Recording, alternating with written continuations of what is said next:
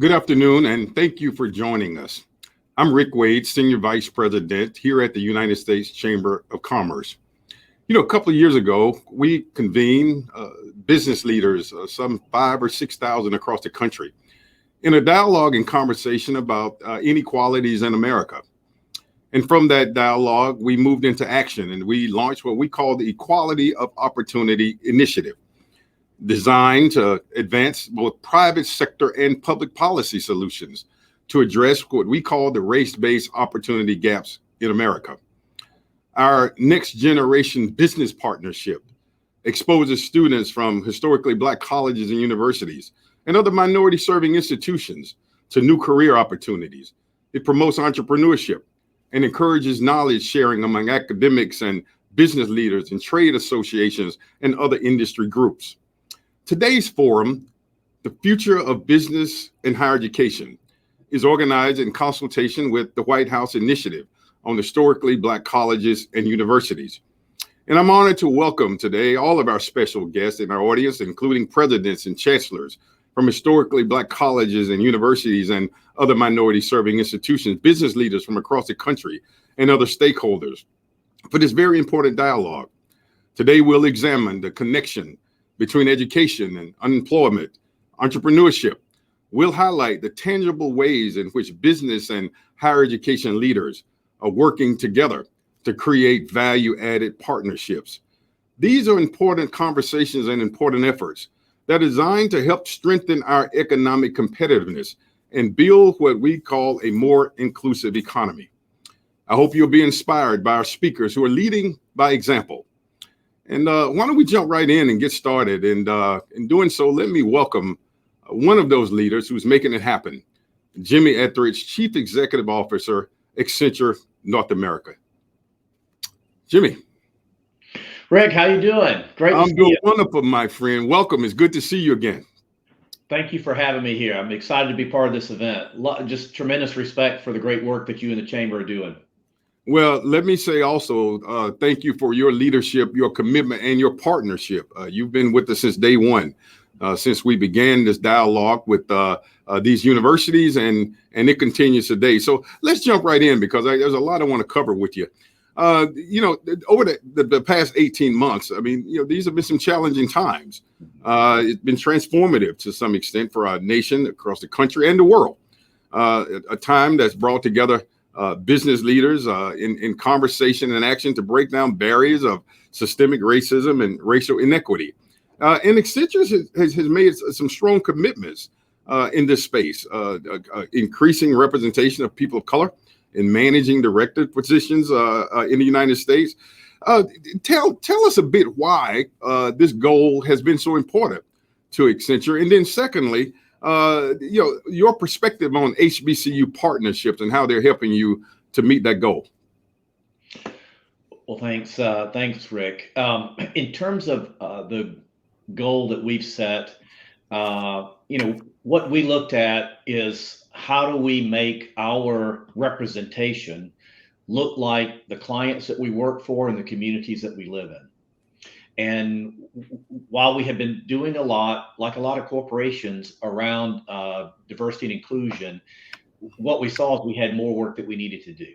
So we set the goal by 2025 to get our African American and Black representation from 9 to 12%, and our Hispanic American and Latinx representation from 9.5 to 13%. And in each case, this is about a 60% increase. And that's, from our analysis, this is where we really felt like we needed to push to get to. And I think what you see for a number of organizations is the first key step is to set some bold goals, make them public, be transparent about it so that you could show the progress that you're making. And so that's kind of where, we started on that front. However, what I think is as important as diversity is the inclusion aspect.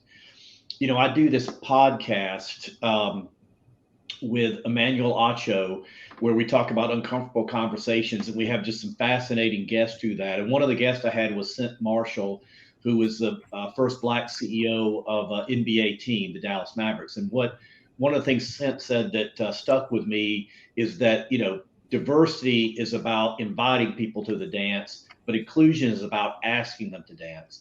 And I think inclusion is another really key part of what we're putting a lot of focus on, so that it's really more about outcomes, not just the optics, which come with the numbers. And so in our case, at Accenture, all of our senior leaders get measured on 5 things: sales, revenue, profitability, how we're doing on these DEI goals, and how we're doing on retaining our talent. So I think by making it visible and by measuring and holding ourselves accountable with leadership metrics, we want to see the progress that we're looking for. And the second part of your question was, how do we work with HBCUs on this? And obviously the collaboration with HBCUs is critical. We have been working for many years with a number of HBCUs. I'm Atlanta based, so obviously I'm pretty close to the AUC group, but we have been working with a number of them in how we can network and get our HBCU students more exposed to what careers would look like in this field of consulting and of technology, which has traditionally not been as diverse as other areas. And in addition to kind of working with the higher ed institutions, we're also working with some of the national partners in those, like the National Society of Black Engineers and Advancing Minority Interest in Engineers. So these are the ways I think we connect with the HBCUs, and then it's through internships, what we call student empowerment programs and student leadership programs, where we give students a chance to really see what it's like to work at Accenture. And I can tell you, just last year, when we call them externships because we weren't physically getting people together in offices, but we had almost 600 applications from 32 HBCUs, and we selected almost 200 students to participate through that process. So we will continue to work very closely with our HBCU partners to help us meet the goals of attracting the diverse talent that we want. Jimmy, what I mean, that's really, really amazing. I actually love your analogy. It's not just about inviting people to the dance, but asking them to dance. And that means creating this culture of belonging where everybody has a role and a seat at Accenture table, and you're doing it. And I was struck by the fact that in accountability that you're measuring. You're including this in performance. And I think that's a really interesting perspective and approach to ensuring that engaging in this work is very intentional. It's a part of the bottom line. And so thank you for that perspective. One of the things that we talk about at the Chamber with CEOs and across America is the reality that there are so many people without jobs and jobs without people. And companies are struggling. We hear all the time from finding a talent. And, but on the other hand, there are obviously these groups of underemployed and unemployed. How do you think about that at a company like Accenture? And what are some of the solutions that you've implemented as we think about the skill pipeline that's needed to fill the jobs, not just of today, but address the workforce of the future? Mm-hmm.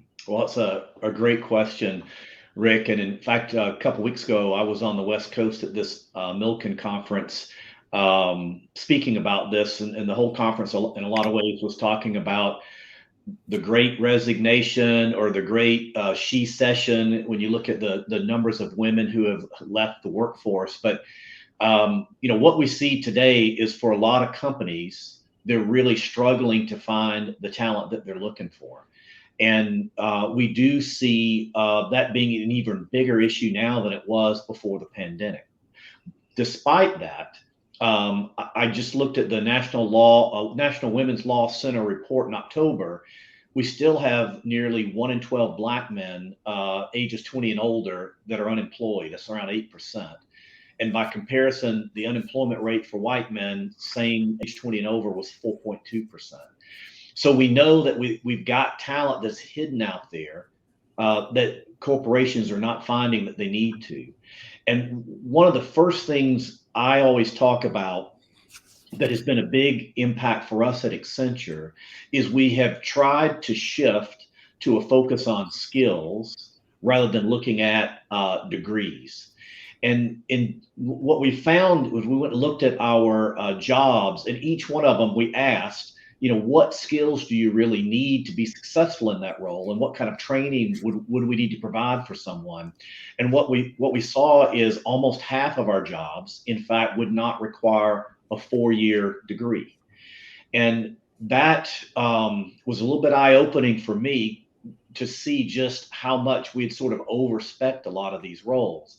And what that has enabled us to do is one, do apprentice programs where we're able to find talent that we otherwise would not have been looking for, that we can put into very key technology roles. I'm talking about program management, cybersecurity, application development and application testing, customer facing or client facing roles. And in many cases, these apprentices are then able to work on further education that they're trying to do while getting paid a livable, wage to do that. And it's one of the things that I've seen a lot of clients that I talk to about this issue. They have, automated recruiting systems that filter potential candidates by setting some specific parameters, and it really reduces the number of applicants. And that's one of the things that a lot of companies are missing out right now, is that criteria is too rigid, and they really need to rethink, how they want to go develop people and be able to fill these roles. And I think that's something you're going to see a lot more focus on in the current times.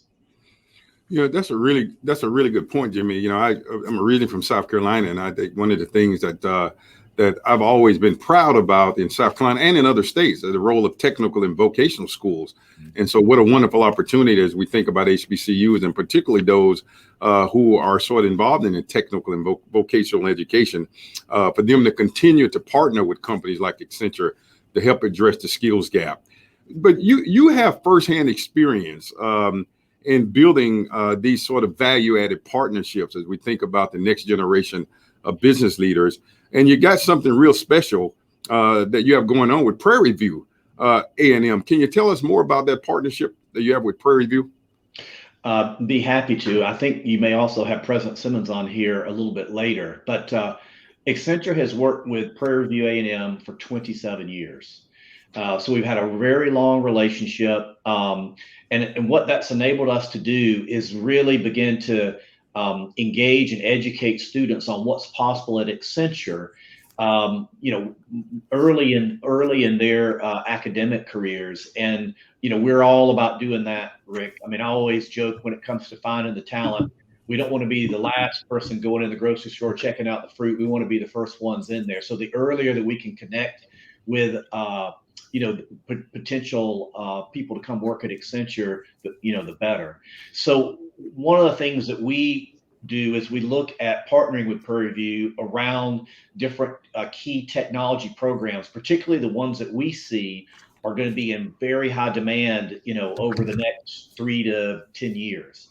And recently we partnered with Prairie View and Microsoft to create a semester-long program. So this is a paid 5-month co-op program where the student is going to be immersed in a learning by doing environment.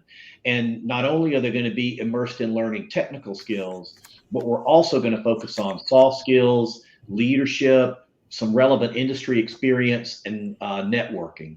So we just had our first cohort.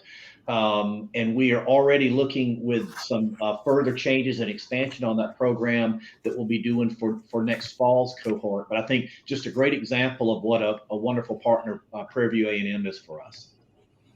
Well, listen, that's outstanding. And thank you for emphasizing paid. So that certainly, I imagine, matters. And incidentally, for all of our audience members, feel free to submit questions in our chat.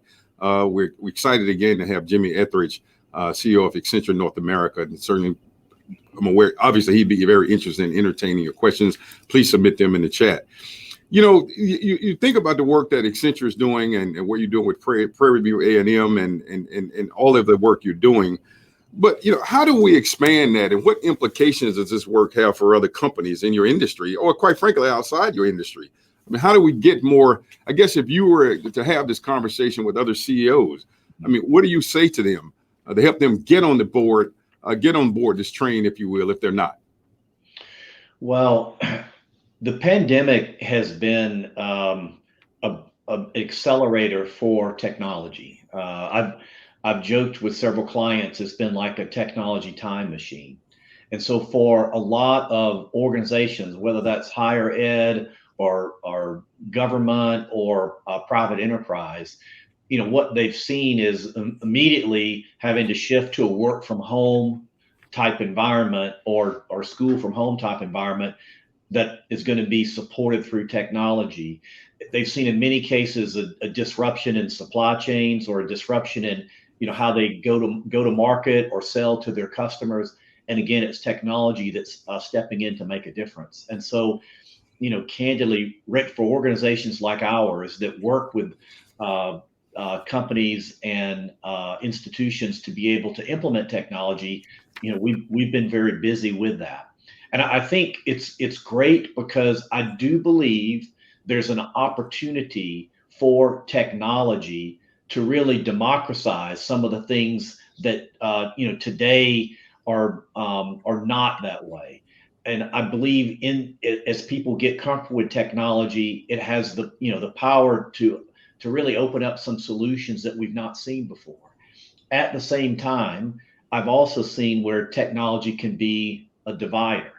And it's something that you see in today's social media, where a lot of times people are really in a kind of in an echo chamber where they're not getting enough diverse points of view. They're not hearing and meeting with enough people that don't look like them, that don't always think like them. And so I think, as with many things, technology has a chance to be a unifier and lift, and it also has the potential to divide. And for our higher education leaders, without a doubt, you've got to embrace these key technology trends. I've been reading up a lot in the last 6 months on the metaverse. And so who knows, it may be all of us and our avatars that are going to be meeting and going to class in the future as opposed to physically. But what I think you continue to see is just the importance that technology is going to have in everything that people are doing. And not only that, but as you're trying to prepare your students to be successful in life when they graduate, they're going to need to be comfortable with technology. They're going to need to be looking for opportunities that are with technology. So, Rick, I think this pandemic has just accelerated the focus on that. Yeah. One of the things obviously that the pandemic did was obviously expose the gaps in technology, whether it's broadband. We're grateful now that the Chamber's been leading the efforts for investment in infrastructure. Mm-hmm. And part of that is broadband, because it's unconscionable that we have young children who don't have laptops or who don't have broadband and internet access. So this investment in infrastructure, Jimmy, is so important. I see we have a question from one of our guests. Do you encourage, Jimmy, peer mentoring? And do you or have you established any peer mentoring programs at Accenture that have been formally evaluated? Yeah, a great question, Rick. We do encourage it. I do. We have not used any kind of external program with that. Within Accenture, we have a mentoring program that we work on where we assign people what we call people leads to work with. And then we also do a lot of peer mentoring through our employee resource groups or ERGs. And a lot of companies that I work with, do the same with that. And that entity, those ERGs, I think have even grown more in prominence with some of the health and social crises that we have seen in the last 2 years.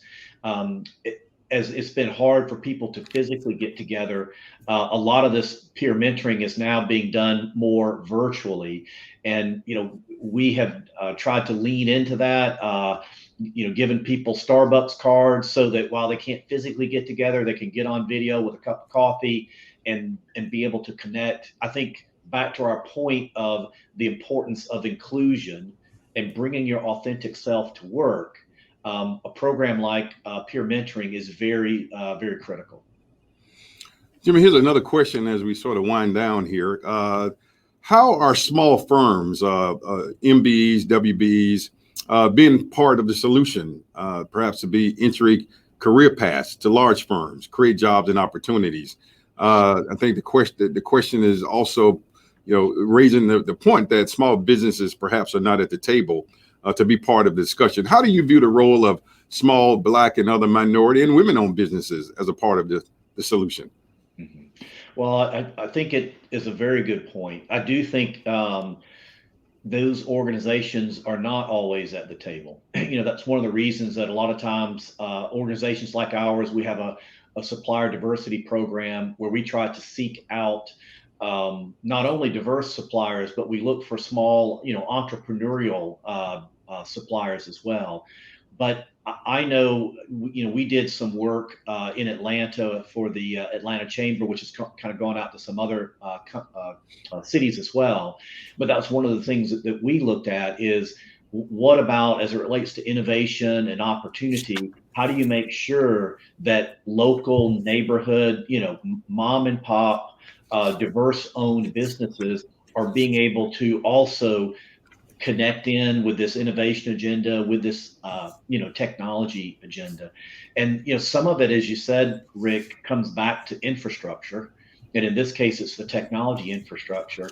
And I think we all know that that has traditionally been a real problem, that when we're looking at our underrepresented communities, whether it's health, education, or technology, the infrastructure that you need is usually not as good there as you'll find in other areas. So I think it's a very good question that I probably don't have a great answer to, as to how we can make sure that these small firms are a part of the solution with the larger corporations. But what I would say right now is, for most people, are looking at how they can take their supplier diversity programs and expand them to try to be able to touch that part of the market.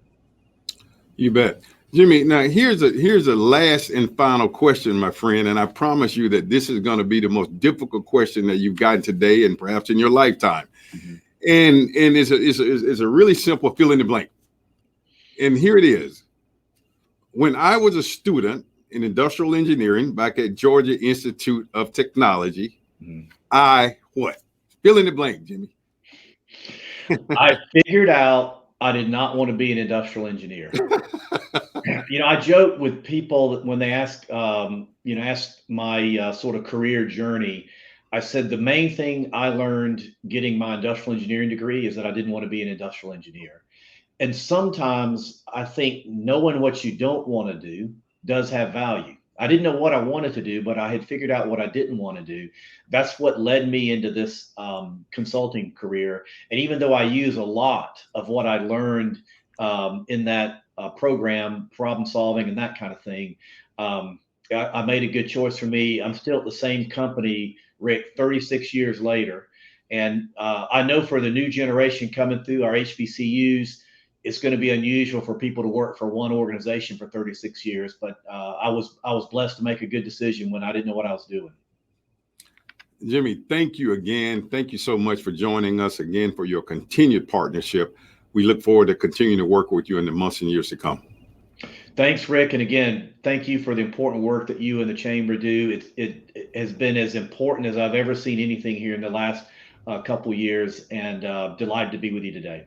Thank you.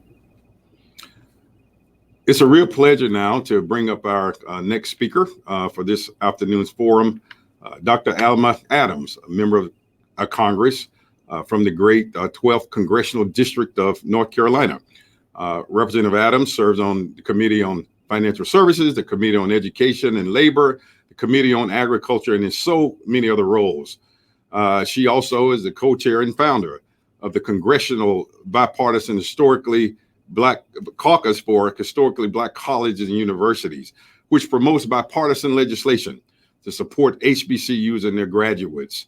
Her signature legislative accomplishment, or one of them of the many in Congress, is the enactment of the Fostering Undergraduate Talent by Unlocking Resources for Education Act that permanently provides funding for all of the minority-serving institutions, including our historically Black colleges and universities. Please join me in welcoming our friend, Congresswoman Alma S. Adams of North Carolina.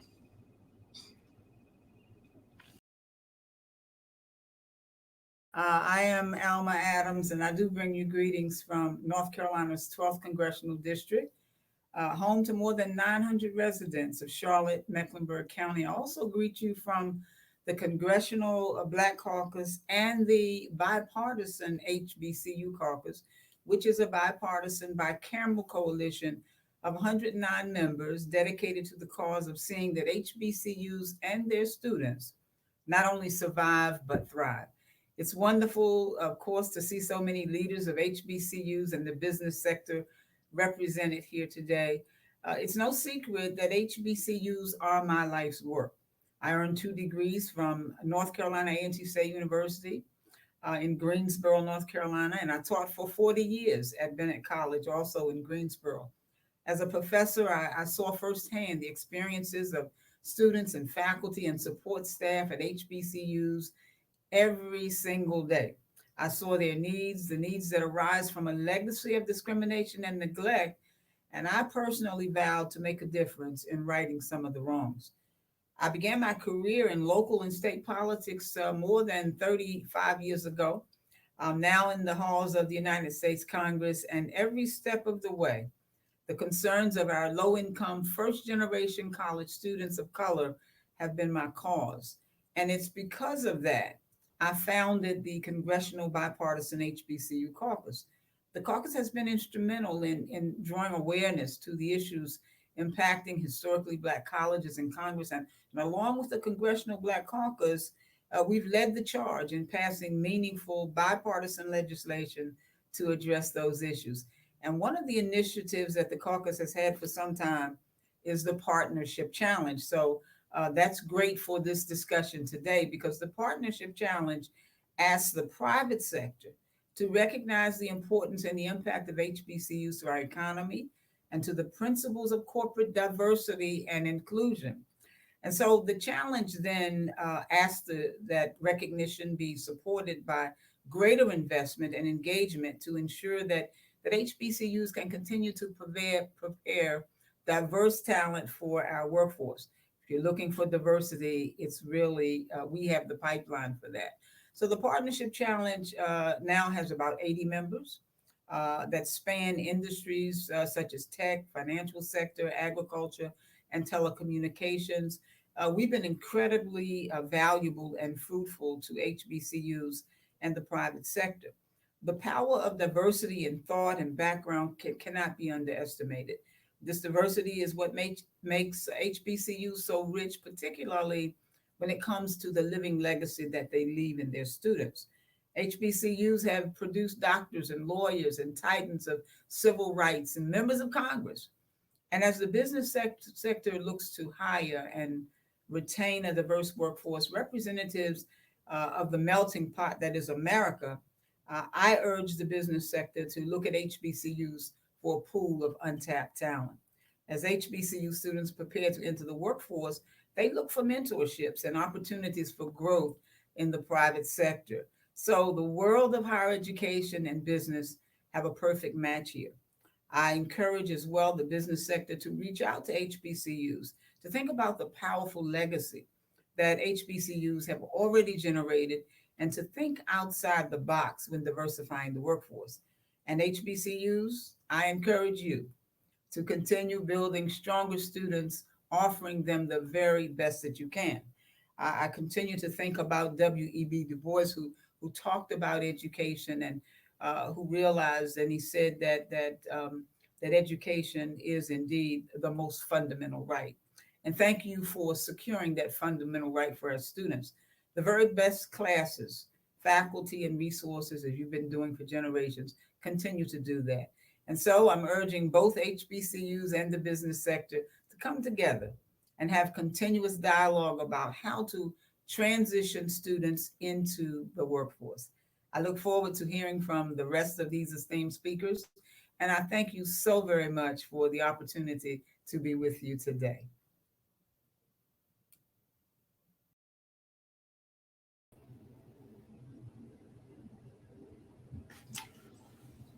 Good afternoon. I'm Patricia Boone, Vice President of the Equality of Opportunity Initiative here at the U.S. Chamber of Commerce. I first want to say thank you to Congresswoman Alma Adams for your inspiring remarks.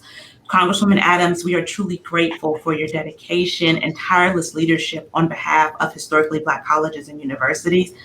As a proud graduate of an HBCU, I am truly grateful for your leadership as co-chair and founder of the Congressional Bipartisan HBCU Caucus. Through your work, you are advancing a national dialogue and shedding light on important issues impacting HBCUs and really developing meaningful policy solutions to support our institutions, our students, and alumni. So thank you. As Rick mentioned in his earlier comments, the Chamber's commitment to supporting and partnering with HBCUs and MSIs is key to our work, especially as part of the Equality of Opportunity Initiative agenda, where we are actively working to develop sustainable solutions to help close race-based opportunity gaps in key areas, which include education, employment, and entrepreneurship. So earlier we heard Rick Wade and Jimmy Etheridge really talk about the importance of building strong partnerships between higher education institutions and the business community, and not just partnerships that are regular partnerships, but about bringing the value for all parties. So I'd like to welcome our panel to dig in a bit more on what value-added partnerships actually look like and share insights on how they are working collaboratively to deliver impact. Before we begin, I'm going to give each of our panelists a chance to introduce themselves. I want to start with Ms. Madeline Pumiega, President of Miami-Dade College. Welcome, President Pumiega. Thank you so much for having me. I'm so honored to be here with everybody. I'm Madeline Pumiega, the president at Miami-Dade College. It's an honor to join all of you, 120,000 students, certainly lots of partnerships that we can talk about a little bit deeper after introductions. Prior to my role at Miami-Dade College, I was chancellor of our Florida college system, a role that really we leverage statewide partnerships on how we build talent and workforce across Florida. So thanks for having me here today. Thank you so much for joining us. I now want to invite Dr. Alfred Anthony Pinkert, president of Wobble Force University. Thank you very much, and good afternoon, everyone. It is indeed a pleasure to be with you this afternoon. We're very excited to engage in this conversation about the work that we're doing here at Wobble Force. I'd like to say hello to my board chair, who is also one of the panelists, and also Madam President at Miami-Dade. Just like to make another connection. I began my career in higher education at Miami-Dade. And in fact, I'm from Miami, Florida. So I'm very excited to be here on behalf of the Wobble Force University family to talk to you about the work that's ongoing here at Wobble Force. So thank you again for this invitation. I look forward to an exciting dialogue. Yeah, thank you. And thank you for making those connection points and leading us to our next speaker, Mr. Mark Wilson, President and Chief Executive Officer, Chime Solutions, and Chairman of the Wobble Force University Board of Trustees. And proud member and board member of the U.S. Chamber of Commerce, which I want to take the time to really acknowledge the work that you're doing along with Rick Wade and others at the Chamber. This is an important conversation. I'm excited to be here today and to participate in it and to hopefully bring a unique perspective in that I am part of the Chamber. I am a business owner that supports Wobble Force University. I am an HBCU graduate as well. And so all of those things, I think, have me with some experience that I hope I can lend to the conversation today. Thanks for having me here. Yes, thank you. And to round out our panel, I'm going to invite Mr. Corey Hawkins, who's University Relations Lead with Microsoft Corporation. Thank you, Latricia, and I'm pleased to be here and part of an esteemed group of people here today. I'm also a proud HBCU graduate, and I represent Microsoft Corporation, where we are really working to impact students at HBCUs and other minority-serving institutions. I come from a background in higher education myself, and so I'm really happy to be able to be on this side and work with the corporate side to really impact these partnerships. Thank you. And again, we are just excited to dig in with you all because you're experts and also have some personal and lived experience that I think is going to be hugely valuable to this conversation. I really want to start out opening up, talking to our higher education leaders, our presidents on this panel, President Pinkert, President Pumiega. Can you tell us about a unique relationship or program with the business community in your institution that, from your perspective, has been successful in helping students and the broader success of your institution? And I think that could be anything related to building pipelines for careers, increasing student interest and success in entrepreneurship, which is obviously an area we're very much focused on, or even connecting corporate partners with the intellectual capital that exists on your respective campuses, whether through research or signature programs. We'd love to just hear more about an example of a particular partnership. And I'll start with you, President Pumariega. It's a great question. And I think why it's such an important question is because talent is really the new economic currency. When you think about economic development, companies are asking, can I confidently grow my business here? Will I have not just access to capital when you think about an entrepreneurship ecosystem, but will I have access to talent? So I have a few examples that I'll share. One with Accenture. When Miami-Dade College built the data science program, we have a bachelor's in applied science in data science. We wanted to make sure that the curriculum aligned to the industry standards, not just the theoretical framework, but the applied framework as well. And we went to the best. We sat with the team at Accenture to align that curriculum and then develop an advisory board for that program so that we could ensure that students, again, had access to that applied knowledge. Today, we are begging the companies to let our students stay and finish the program because they want access to them right away because our curriculum really does align to workforce. And so I think about that partnership being successful. I think about what we're doing with AI for All. There's no doubt that the pandemic accelerated technology and innovation and adoption of technology, and particularly in the areas of artificial intelligence in the way that we not only sleep and play and learn and have access to healthcare.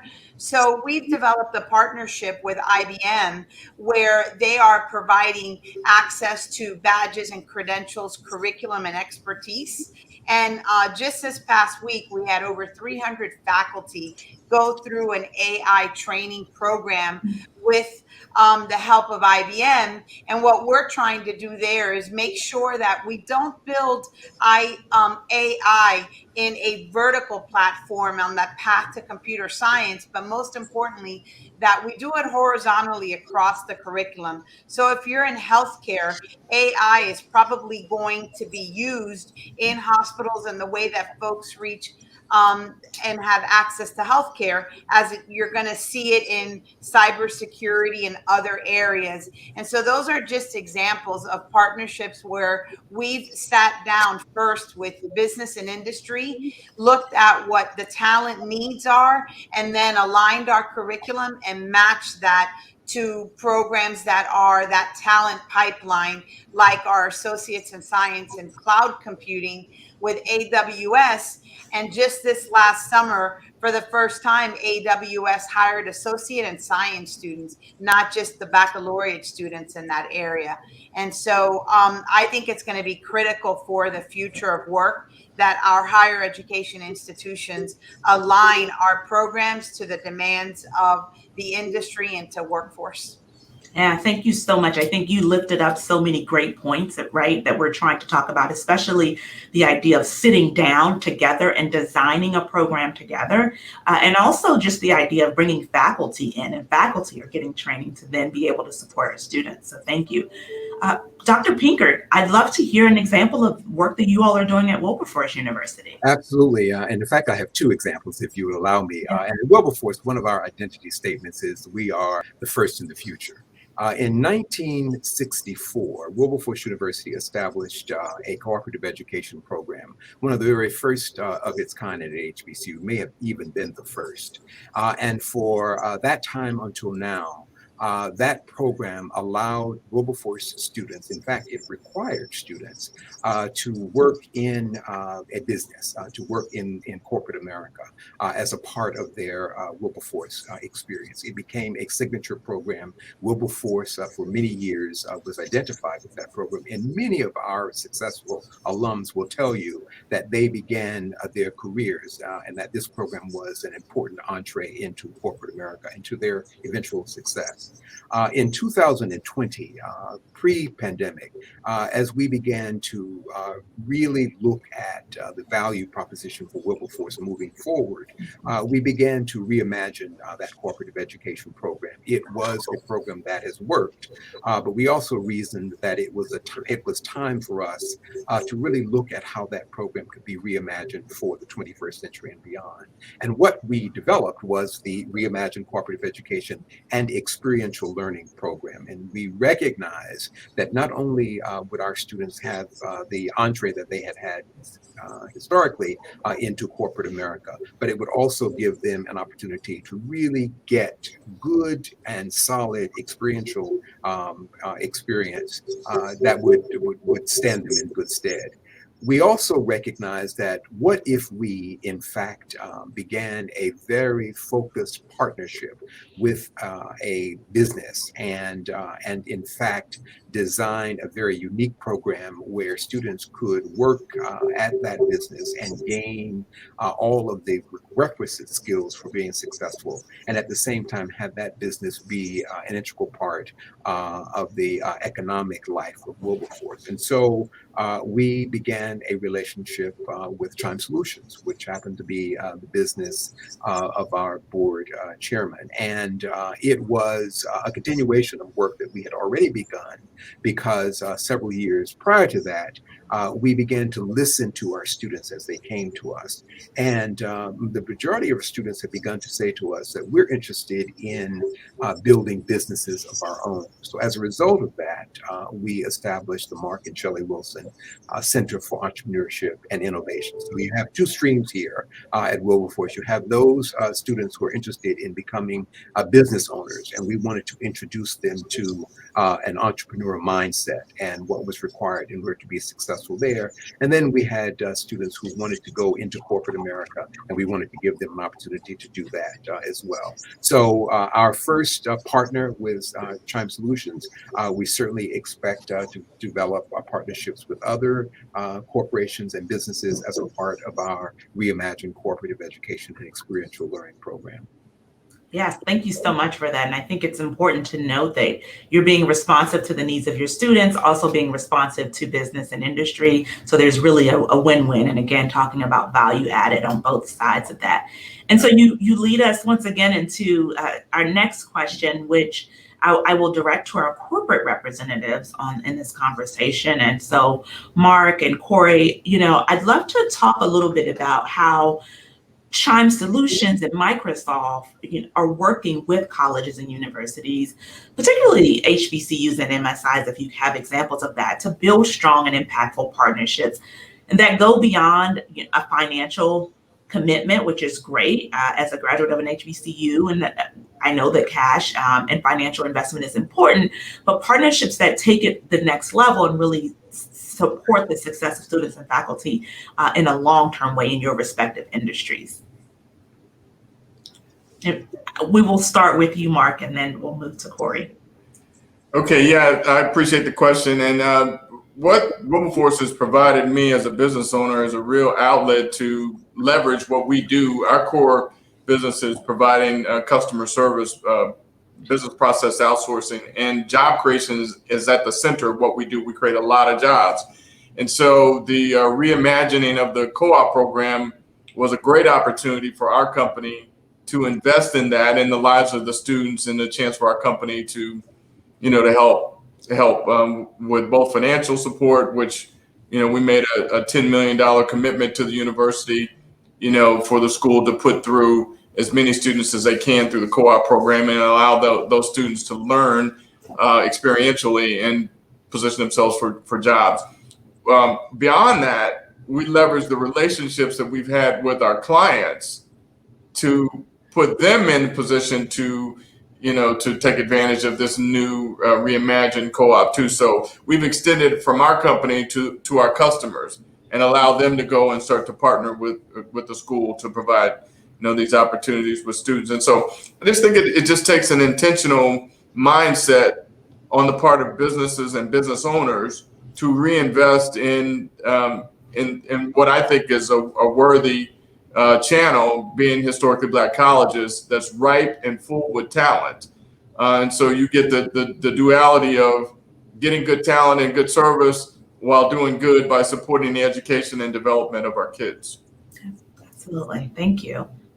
Corey, would love to hear more about Microsoft's work in this space. Certainly. Thanks, Latricia. As you can imagine, a large company like Microsoft is doing a lot, but I wanted to highlight three things. One, we have a partnership with the 1890s Foundation, which is a 501c3 organization, was created in 2016 by the 1890s land grant HBCUs. Microsoft has donated or has invested a little over $1 million over 3 years to support partnership goals. And those include things like broadband access that we talked about before, skilling, and research. Another example is, like with Accenture, we have partnered with AMI, which is Advancing Minority Interest in Engineering. That's a coalition of corporations, government, and the 15 ABET accredited engineering HBCUs. And that's really to support curriculum development and capacity building.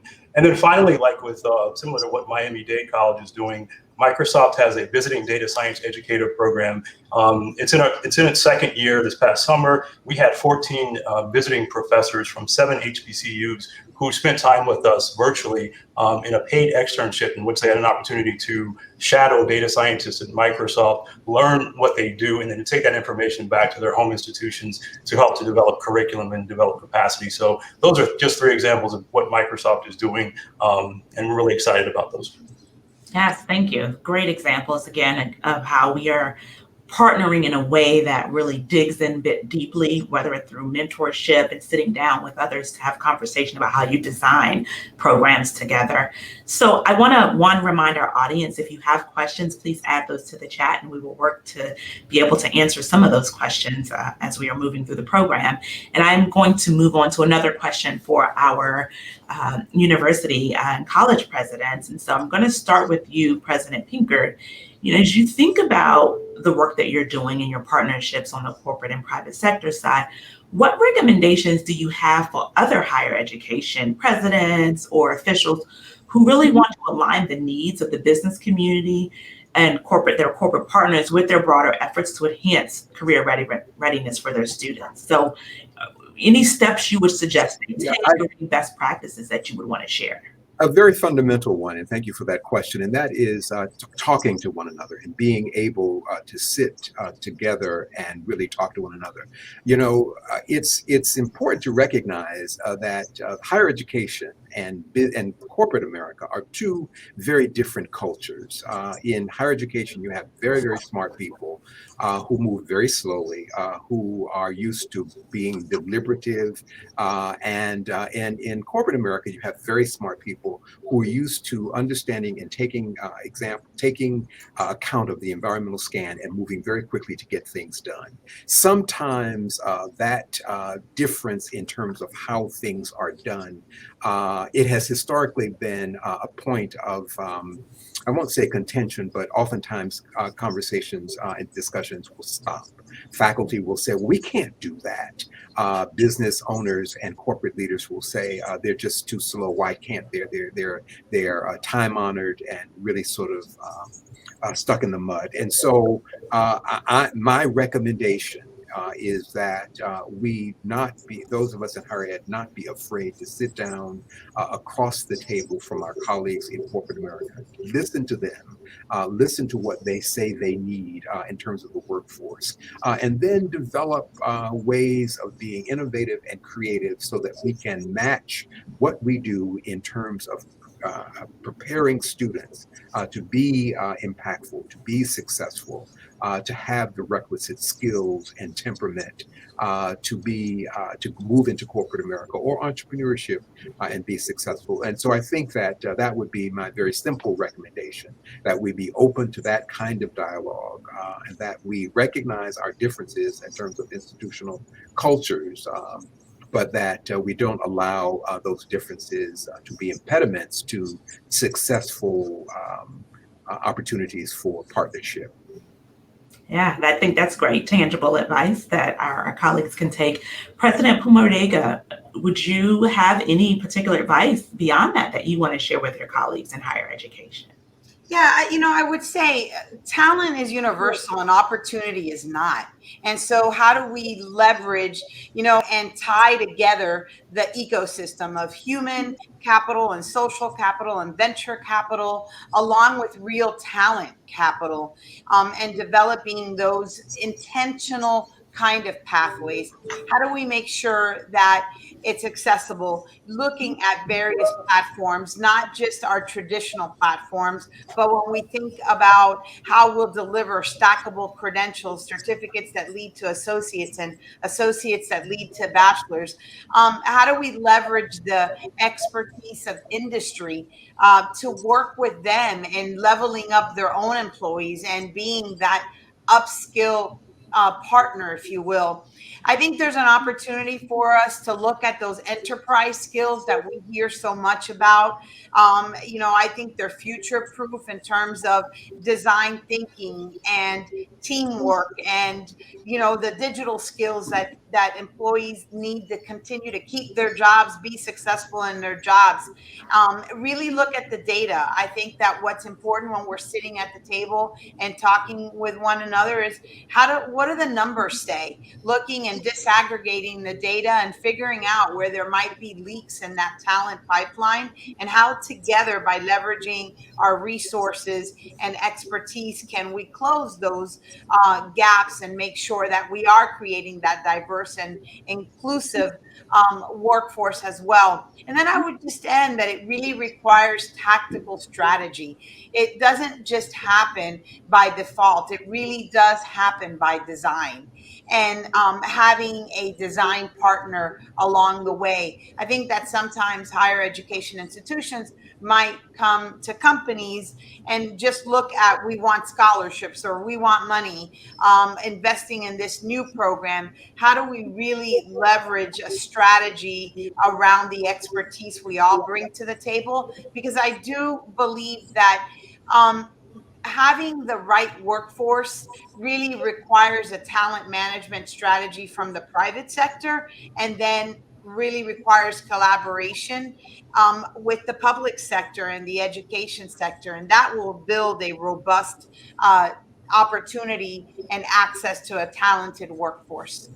Yeah, thank you. Thank you for that. And we do have a question that came in from our audience. And I think this in many ways might be directed to our presidents, but any of our speakers should feel free to chime in. And it's around, as you think about networks and how you're leveraging networks, so even beyond the business community or private sector or the higher ed community, have you found it helpful to work collaboratively using associations like UNCF or NAFEO or others to help move and advance your priorities in this space?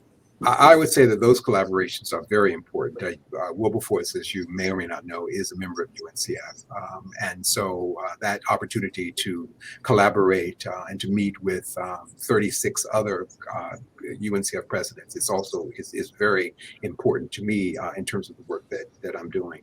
I might also add, as a result of the last question that you asked, that corporations and businesses must expand the reach in terms of the HBCU sector. What we find often is that there is a select group of institutions that are the go-to institutions. And while I recognize that businesses, corporations want to go with known quantities, I think it's important to recognize that this is a large sector and that there is important and impactful and creative and innovative work that is occurring at institutions that may not readily come to mind when one thinks of the HBCU sector.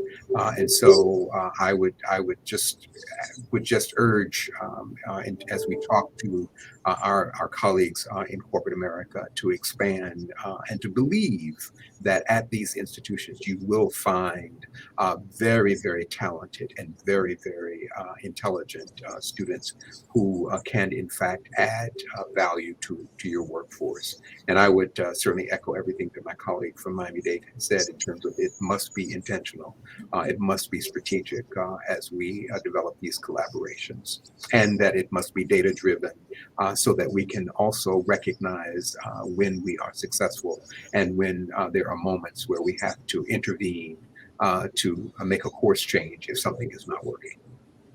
Yes, thank you. Thank you, President Pinker. One of the other questions that just came in through our chat is really around, you just talked about not only working with some of the larger institutions and corporations thinking outside the box in that space, but we have a question around, this discussion not just being focused on large companies and large corporations. And so I don't know if anyone has examples of how we might work with smaller or mid-sized businesses who may not be on this panel right now, but should definitely be at the table.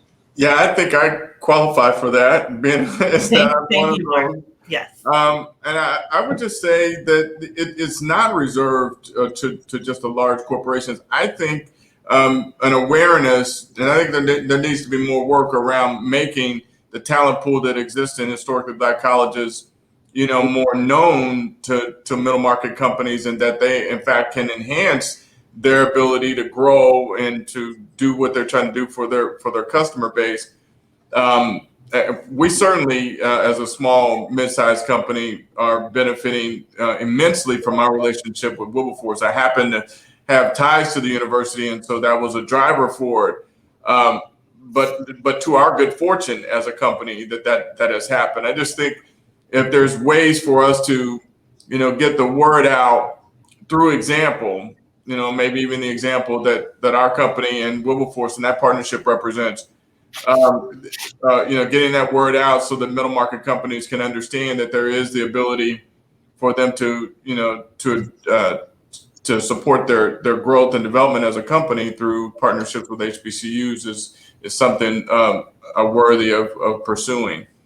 There are a lot of examples too. You have these large organizations that support minority-led businesses, and I don't think this should be, sort of relegated to just minority-owned companies. Although I think there's a vested interest in us to try to support, those kids that are, that come from our community. But institutions like NMSDC, the National Minority Supplier Development Council, as one, promoting the success that middle market companies have had partnering with HBCUs is I think, a good idea. Yeah, thank you. And I know through the chamber and our work, we will continue to lift up examples as well. Sure, the chamber is absolutely a great vehicle. Yeah, for this, absolutely. So we are coming to a close of our panel conversation, but I wanted to just add one last question for all of our panelists to respond to. And we will start with you, Mark, and I'll kind of move around. But as we know that there are leaders in this virtual conversation today from the private sector, public sector, and of course, in our higher education community. What one piece of parting advice might you give to a counterpart in our audience as they are thinking about efforts to advance in their own institutions or businesses? What one piece of advice might you offer to say as a next step for them beyond this conversation? I would say to the last point that I was making, research the examples of where partnerships exist. So CEO of Accenture, Jimmy, was just on prior and talking about that they're strong members of the chamber and how they've leveraged their footprint and reach around the country to partner with historically Black colleges is a great example of how this work can be meaningful and mutually beneficial for everybody. So I would say just look into it. The talent pools exist.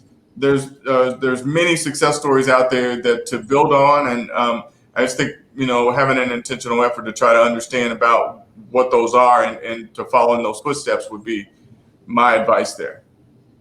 Thank you. Corey, would love to hear your perspective from Microsoft's work. I would just say there's no one size fits all model. And so try something. And if it doesn't work, be open to change and pivot and try new things.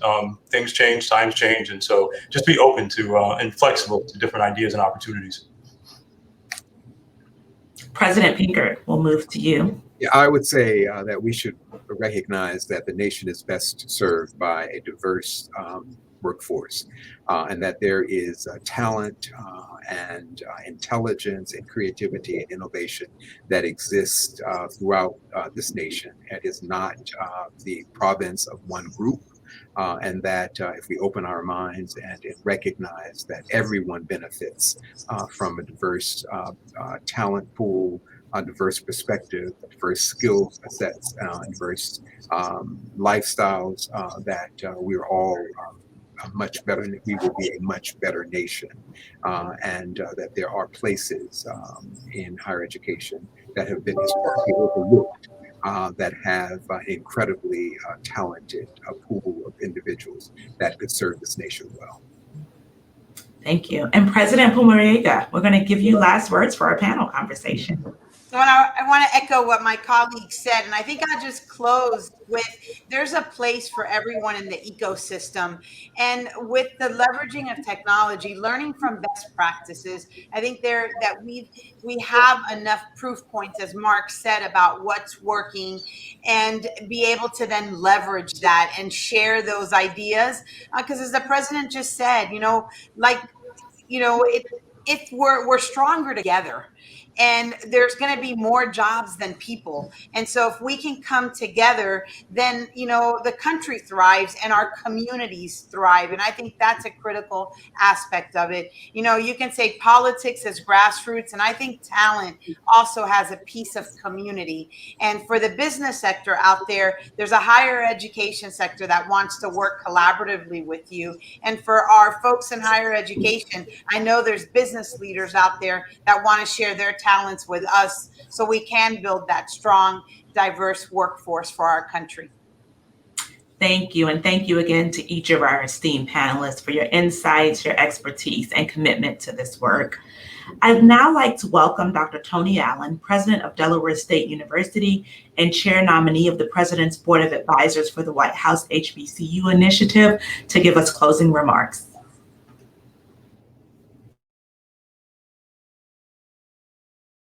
Greetings. My name is Tony Allen, and I'm the proud president of Delaware State University. First, I want to express the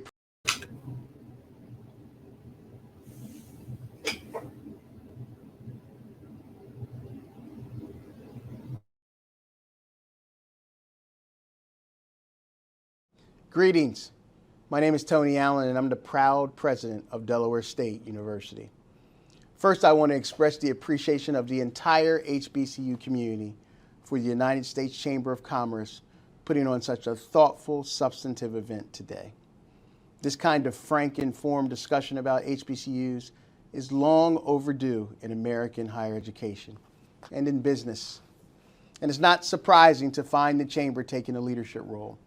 A special thanks to Rick Wade and Patricia Boone of the Chamber and Jimmy Etheridge of Accenture. As many of you know, soon I will be assuming my responsibilities as chair of the White House Advisory Board on HBCUs. In a field that already has such eloquent spokespeople like Congresswoman Alma Adams or Dr. Harry Williams of the Thurgood Marshall College Fund or Dr. Michael Lomax of the United Negro College Fund, and certainly all of my colleagues in the HBCU community. I am humbled by the trust the President and his administration has placed in me, and I'm determined not to disappoint him or any of my colleagues. I fully intend to use the position as a bully pulpit for all of us, and especially on behalf of those millions of students whose lives we have touched for nearly 200 years. That said, here's a final reflection on today's proceedings. I really have two takeaways to leave you with. First of all of higher education has a great deal to learn from HBCUs, and we need to be more assertive about telling our story. The recent Rutgers University study documented the amazing and clear effectiveness of HBCUs in promoting probably the most important performance indicator for all of us, social mobility for students from low resource families. Their findings matter and spoke to me here. HBCUs enroll far more students from low resource communities. More students experience upward mobility at HBCUs than at any other higher education institution. Nearly 3/4 of our students at HBCUs, once they graduate, actually attain middle-class incomes or more. And 2/3 of our low-resource students end up in that middle class as well. There is less downward mobility at HBCUs, and it's no coincidence that among the more than 2,400 colleges and universities analyzed by U.S. News and World Report for social mobility, 8 of the top 75 institutions in the nation, ranked among the top 1%, are HBCUs. These are powerful statements that resonate with me in terms of what we've achieved, but if you are like me, they make you think about what we could do with more funding equity. To be clear, 2/3 of our graduates ending up in the middle class is not good enough. So my second point is to emphasize the critical nature of infrastructure and funding equity. According to the Chronicle of Higher Education, HBCUs constitute 3% of all colleges and universities in the country. But we are still producing nearly 20% of all Black graduates. Having said that, we only receive 1% of federal higher education spending. And yet still, we have greater success in the mobility performance indicators that matter most. That tells us something, but it also invites us to think about how much more effective we could be if funding equity really existed.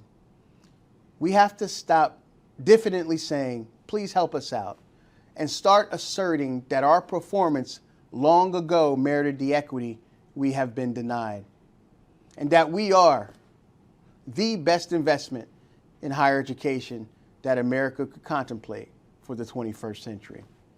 We have an administration in Washington that is listening. There's evidence in state governments across the nation that they're listening now too. And corporate America has already turned the corner from listening into action, and even they say they've got a ways to go. So now is the time to stay focused, to keep our eyes on this particular prize by telling our story, redoubling our efforts to build bridges, and being completely unapologetic about our intentions. You are all engaged in building the future we want to see, and there cannot really be a higher calling. As I tell my team every day, we'll definitely get there, but we have to do it together. Thank you, and God bless you all.